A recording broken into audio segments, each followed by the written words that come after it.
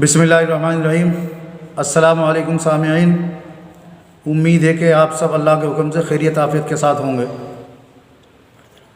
آج آپ کے سامنے بڑا اہم موضوع لے کر حاضر ہوا ہوں۔ موجودہ وقت میں میڈیا کا تبلیغی جماعت اور مسلمانوں کے بارے میں کیا رول ہے، اس کے بارے میں آپ لوگوں کے سامنے وضاحت کرنا ضروری سمجھتا ہوں۔ سب سے پہلے میں آپ لوگوں کو اپنے بارے میں بتا دینا چاہتا ہوں کہ میں بہت صاف گو، امن پسند، صداقت پسند انسان ہوں۔ جو بھی کہتا اور بولتا ہوں سچ اور ڈنکے کی چوٹ پر بولتا ہوں۔ کسی شاعر نے کہا ہے کہ بے معجزہ دنیا میں ابھرتی نہیں قوم ہے، جو ضرب کلیمی نہیں رکھتا وہ ہنر کیا۔ میڈیا کی بڑی اہمیت ہے۔ سماج کا بڑا ہی اہم حصہ میڈیا مانا جاتا ہے، یہاں تک کہ جمہوریت کا چوتھا اہم ستون ہے۔ اور میڈیا کی بڑی اہم ذمہ داری ملک اور عوام کے لیے ہوتی ہے۔ عوام کی مشکلات اور مسائل حکومت تک پہنچانے میں، اور حکومت کے پروگرام اور اس کی پالیسی ہیں جو کہ عوام کی بہبودی کے لیے بنائی جاتی ہیں، ان سب کا پرچار کرنا یہ میڈیا کی اہم ذمہ داری ہوتی ہے۔ حق و صداقت پر مبنی اطلاعات و واقعات، ظلم، زیادتی، ناانصافی اور حق تلفی بنا کسی تعصب اور بھید بھاؤ کے غیر جانبدارانہ طور پر عوام تک پہنچانا میڈیا کی سب سے بڑی اور اہم ذمہ داری ہے۔ میڈیا کا کام اور ذمہ داری بھی بہت مشکل کام ہے۔ بڑے سنگین خطرات اور اپنی جان کو جوخم میں ڈال کر میڈیا والے جنتا تک خبروں کو پہنچاتے ہیں۔ یہ بڑا ہمت اور جرأت والا کام ہے، مگر افسوس کی بات ہے کہ کچھ چینل آج اس دور کے اندر سچائی کو چھپا رہے ہیں اور اس کے اوپر پردہ ڈال رہے ہیں، جو کہ بہت بڑی کوتاہی اور بڑا سنگین جرم ہے، اور حق تلفی بھی ہے، جس سے خاص طبقے کے افراد کی دل آزاری ہو رہی ہے۔ جو بھی اشارہ ان میڈیا والوں کو اپنے آقاؤں کی طرف سے ملتا ہے، یہ اس کے سامنے سر جھکا دیتے ہیں۔ خصوصاً مسلمانوں کے خلاف بھڑکاؤ اور نفرت آمیز واقعات کا زور شور سے زہریلا پرچار کرنا، آج کے میڈیا والوں نے اس کو اپنا ایک ہنر سمجھ لیا۔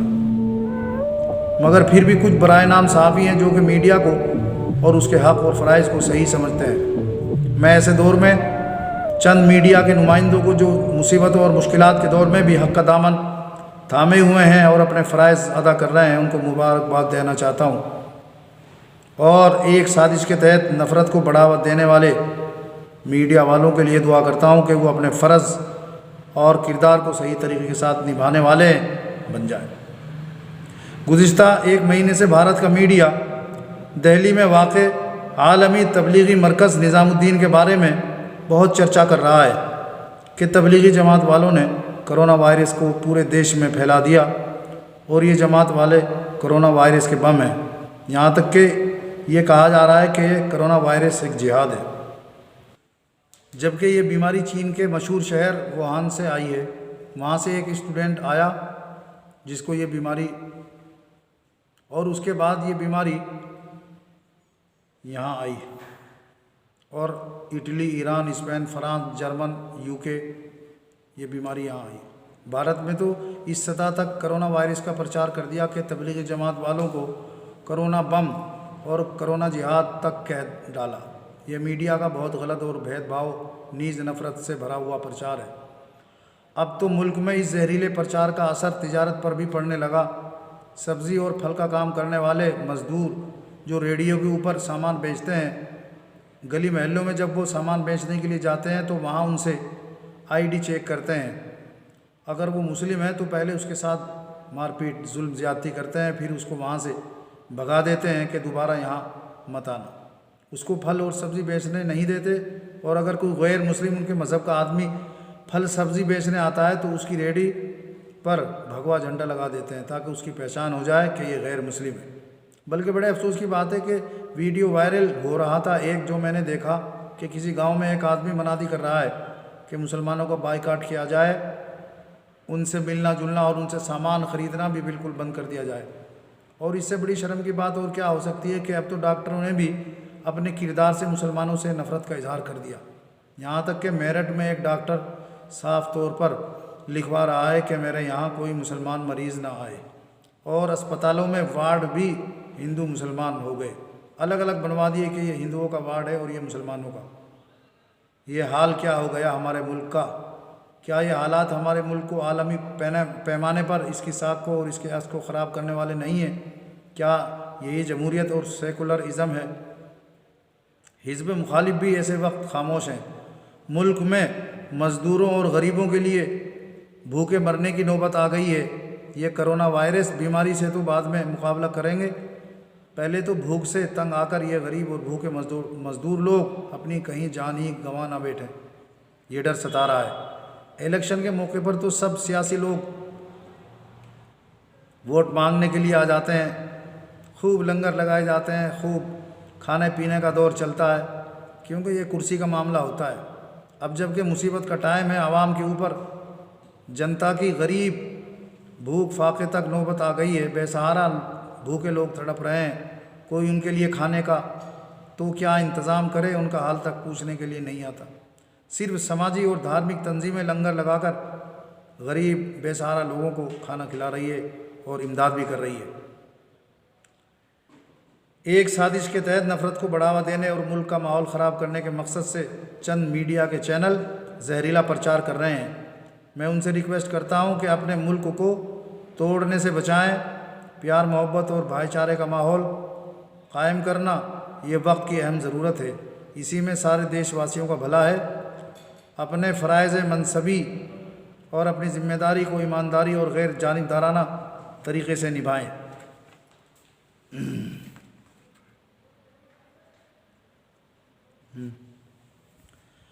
سب سے پہلے میں آپ کو مرکز تبلیغی جماعت کے بارے میں بتا دوں کہ یہ مرکز 1927 میں قائم کیا گیا تھا، اور اس مرکز کے قائم کرنے کا مقصد، تبلیغی جماعت کا مقصد صرف یہ ہے کہ لوگوں کو خدا کی طرف بلانا، جو لوگ دین سے دور ہیں، گمراہ اور بھٹکے ہوئے ہیں، ان کو سیدھے راستے کے اوپر لانے کی ترغیب دینا اور جد و جہد کرنا، تاکہ ان لوگوں کو زندگی میں سدھار آ جائے، وہ اپنے رب کو ماننے والے اور اپنے رب کی ماننے والے بن کر برائیوں اور گناہوں کے دلدل سے نکل جائیں، کیونکہ جس کا تعلق اپنے رب سے جڑ گیا وہ ہر انسان سے اپنا رشتہ اور مضبوط کرے گا، اپنا رشتہ ہر آدمی سے جوڑ لے گا، اور جس آدمی کا رشتہ اپنے رب کے ساتھ نہیں جڑا وہ گناہوں کی دلدل کے اندر پھنس جائے گا۔ تبلیغی جماعت اور تبلیغی مرکز کا تعلق کسی سیاسی پارٹی یا سیاست سے بالکل نہیں ہے، اور یہ تبلیغ کا کام آج سے نہیں بلکہ دنیا میں جتنے بھی پیغمبر آئے ان کو خدا کی طرف سے دنیا میں بھیجا گیا۔ پیغمبروں کے بھیجنے کا مقصد یہی تھا۔ اسی مقصد کے لیے 1,24,000 کم و بیش پیغمبروں کو خدا نے دنیا میں بھیج کر بھٹکے ہوئے لوگوں کو خدا سے جوڑنے کے لیے بھیجا، جنہوں نے بھٹکے ہوئے لوگوں کو خدا تک پہنچنے کا راستہ بتایا۔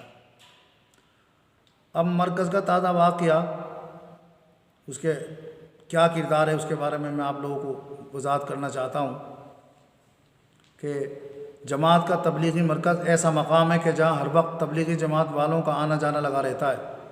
کوئی وقت، کوئی دن ایسا نہیں جاتا کہ جس دن وہاں کوئی جماعت نہ آتی ہو۔ بھارت سے اور دوسرے ممالک سے وہاں جماعتیں آتی ہی رہتی ہیں۔ جماعتوں کا آنا جانا مستقل اور برابر لگا رہتا ہے۔ کرونا وائرس کی وجہ سے جب ملک میں وزیر اعظم جناب مودی صاحب کے جنتا کرفیو کی آواز کے وقت تبلیغی مرکز میں سینکڑوں کی تعداد میں جماعت کے افراد موجود تھے، مرکز کے ذمہ دار افراد ان کو اپنے اپنے گھر بھیجنے کے لیے تیاریاں کر رہے تھے۔ جو لوگ باہر سے وہاں مرکز میں آئے ہوئے تھے انہوں نے گاڑیوں کا انتظام ان کو بھیجنے کے لیے کر لیا تھا، گاڑیوں میں تیل ڈلوا دیا تھا، ڈرائیوروں کا انتظام کر دیا تھا، اور پولیس کی طرف سے مرکز کو خالی کرانے کا نوٹس بھی آ گیا تھا۔ مرکز کے ذمہ داروں نے تھانے جا کر یہ تمام درخواست دی کہ ہم کو جو مرکز میں جماعت کے لوگ ٹھہرے ہوئے ہیں ان کو ان کے گھروں میں بھیجنا ہے۔ ہم نے ان کے بھیجنے کے لیے بسوں اور ڈرائیوروں کا انتظام کر دیا، بس آپ ہمیں ان حالات میں پرمیشن دے دیں، روڈ پاس بنا کر دے دیں۔ جبکہ پولیس تھانہ مرکز سے صرف 50 میٹر کے فاصلے پر موجود ہے، مگر کوئی پاس نہیں دیا، اور یہ کہہ دیا کہ آپ ایس ڈی ایم صاحب کے یہاں جائیں۔ بس اسی طرح ٹال مٹول پرمیشن دینے کے بارے میں کرتے رہے۔ ادھر مودی صاحب نے فرما دیا کہ جو جہاں ہے وہ وہیں ٹھہر جائے، مت جاؤ۔ بتاؤ اس حالت میں کوئی اور کیا آگے جا سکتا تھا؟ پرمیشن نہ دینے اور پاس نہ بننے کی وجہ سے، اور مودی صاحب کے یہ کہنے کہ جو جہاں ہے وہیں ٹھہر جائے، پھر آگے یہ لوگ کہاں جا سکتے تھے؟ کیا اس کو مولانا سعد صاحب یا جماعت کے ذمہ داروں کی غلطی کہا جا سکتا ہے؟ پرمیشن دینا اور پاس بنا کر دینا یہ تو جماعت اور مرکز والوں کا کام نہیں تھا۔ یہ غلطی کس کی ہے؟ آپ خود سنجیدگی کے ساتھ غور کر کے دیکھ سکتے ہیں۔ مرکز میں پھنسے ہوئے جماعتیوں کو پرمیشن نہ دینا، اس کے پیچھے جو مقصد ہے اس میں بھی ایک راز ہے۔ واری کیجریوال سرکار، آپ سے تو یہ امید نہ تھی، آپ نے تو کمال ہی کر دیا۔ آپ دیکھ سکتے ہیں کہ دہلی دنگوں کے ذمہ دار کپل مشرا، پرمیش ورما، ان کے بھڑکاؤ بھاشنوں اور زہریلی تقریروں کی وجہ سے دہلی میں دنگے ہوئے، جس میں 58 بے قصور لوگوں کو قتل کر دیا گیا اور بڑے پیمانے پر جانی اور مالی نقصان کیا گیا، اور پولیس کی سرپرستی میں اور ان کی موجودگی میں یہ خونی کھیل کھیلا گیا۔ مگر کیجریوال صاحب کی کیا مجال کہ کپل مشرا اور پرمیش ورما کے خلاف FIR درج کرائیں۔ یہ اچھا بہانہ بنایا کہ دہلی پولیس کے انڈر میں نہیں ہے، کہ دہلی پولیس سینٹر کے انڈر میں نہیں ہے، دہلی سرکار کے ماتحت دلی پولیس نہیں ہے، اس سے دہلی سرکار کچھ نہیں کر سکتی۔ مگر تبلیغی جماعت اور تبلیغی مرکز کے مولانا سعد صاحب کے خلاف صرف 10 گھنٹے کے اندر FIR درج کر لی گئی۔ اس وقت کوئی بہانہ نہ ملا، سارے بہانے ختم۔ اس رویے کو کون سا رویہ کہا جائے گا؟ آپ خود سمجھدار ہیں، یہ میرے کہنے کی ضرورت نہیں ہے۔ اب آپ میڈیا کا تعصبانہ اور نفرت بھرا رویہ دیکھیں تبلیغی مرکز اور جماعت کے بارے میں۔ مشہور مندر بھارت کا ماتا ویشنو دیوی میں 500 شردھالو رکے ہوئے تھے، ان کو اپنے اپنے مقام پر بھیجنے کے لیے انتظامات کر دیے گئے۔ مندر میں رکے ہوئے شردھالوؤں کو میڈیا نے کہا کہ ماتا ویشنو دیوی میں شردھالو پھنسے ہوئے ہیں، اور دوسری طرف میڈیا تبلیغی جماعت کے لوگوں کے بارے میں کہہ رہا ہے کہ وہ مرکز میں چھپے ہوئے۔ یہ چھپا ہوا ہونا اور پھنسے ہوئے ہونا، ان میں کتنا فرق ہے ان دونوں جملوں میں؟ ان جملوں سے آپ اندازہ لگا سکتے ہیں کہ میڈیا کا جانبدارانہ رویہ، چھپے ہوئے تھے۔ کیا تبلیغی جماعت والے چور تھے جو چوری کر کے وہاں آ کر چھپ گئے تھے؟